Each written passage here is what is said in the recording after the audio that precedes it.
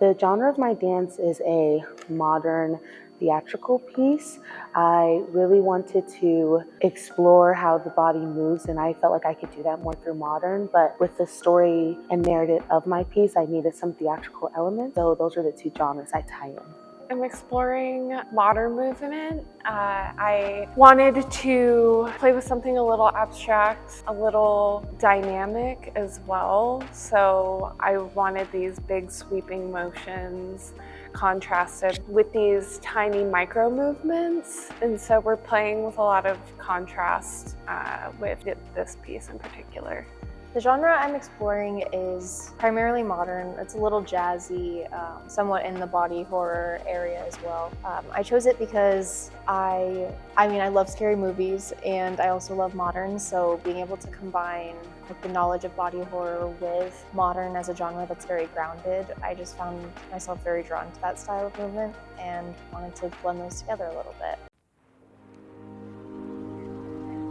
So this piece is called Blind Spots, and it's about the relationship we have with ourselves when it comes to being super self-involved in our own problems. And we have these blinders on to how being so internal affects the people around us. And we forget that there is people to lean on. But sometimes we get caught up in our own stuff so much that we forget to look up and look around.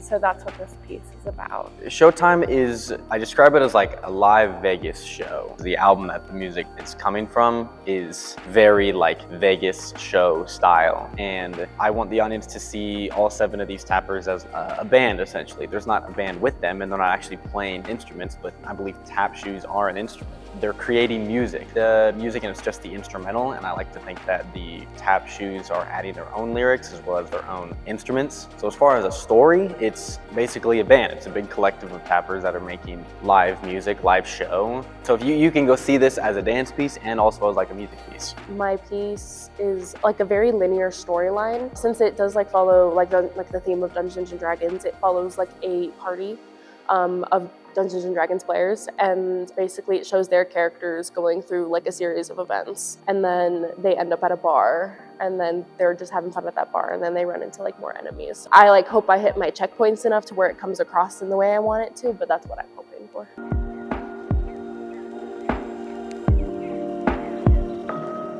With creating my piece, I think the biggest challenge was trying to find the parts that were essential and creating something that was cohesive and also in a timely manner, because we can't spend, like, it's not a full evening length work. Making something that's cohesive in such a quick amount of time is challenging, and I'm also challenging my dancers to do movement that they're not all used to, and they've been really great at taking on that challenge and allowing themselves to move in new ways, which has been super exciting. Choreographing in general is just such like a difficult task. There's especially like big group pieces, and just like trying to like do partner work or like think about like big group, and like when I'm choreographing by myself, it's just like really hard to like imagine like where people go, if it'll work out, especially for partner stuff. When I was choreographing one of the duets that are in my piece, I literally was like dancing with air, and I was like, I really hope this works out. When I did my piece for the Student Choreo Showcase, I really leaned all into it, and I had my narrative already set. And so when I had to update some things and change some things for the semester, it was hard for me to not get lost in the narrative that I had already set and to stay married to that, but feel free to change things and have new things come to me and explore new ideas. I hope the audience gains from my piece an appreciation for the control that they do have. I feel like often it feels like life is happening to us when we really have more control over it than we think. And my dance, the dancers are losing control of everything. And being out of control is not the most pleasant feeling. And so I think that leaving after seeing my work, I hope that audience members can appreciate a little bit more what they do have control over, and know that as long as they are enabling themselves to have control, then they're gonna be able to move out into the world in the way that's true to themselves. I hope audiences will take away that no one is alone when they go through familial troubles, and Dysfunction can happen to anyone, and just because you're tied to someone by blood does not mean that you have to stay in that dysfunction and live the rest of your life attached to the dysfunction that you experienced as a child. I just hope they have the biggest smile on their face after, and they're like, oh, that was so much fun. And tap is historically not in not only the concert scene, but the college scene, and just to spark like an interest in not only tap, but this style of music, live music, band music, jazz music, isn't, not that it's not super popular today, but you don't see it everywhere in the dance world. So I want the audience to walk away enjoying, not only enjoying the music, but enjoying the movement and this style of movement and how the dancers move in and out of the music. And I just want them to be like, oh, that was so much fun.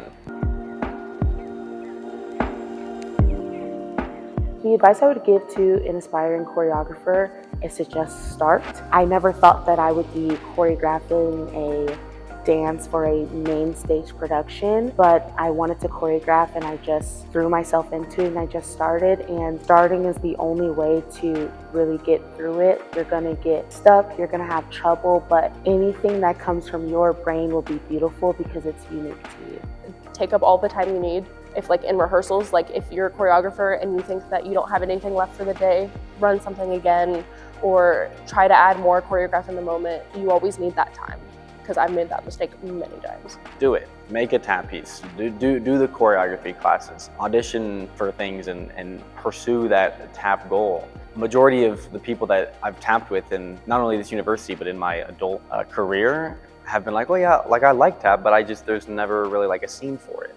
So I hope this is like a portal to bring tap back to life, essentially.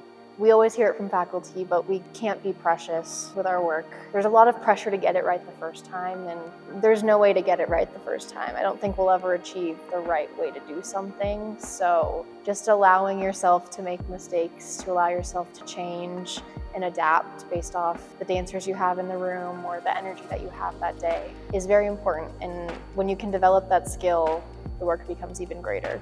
Trust your gut. If there's a part of you that is saying, oh, this isn't working, like listen to that. If there's a part that you're like, I really like this, do more of it. That's my best advice for working with choreography, is just trust your gut. Yeah.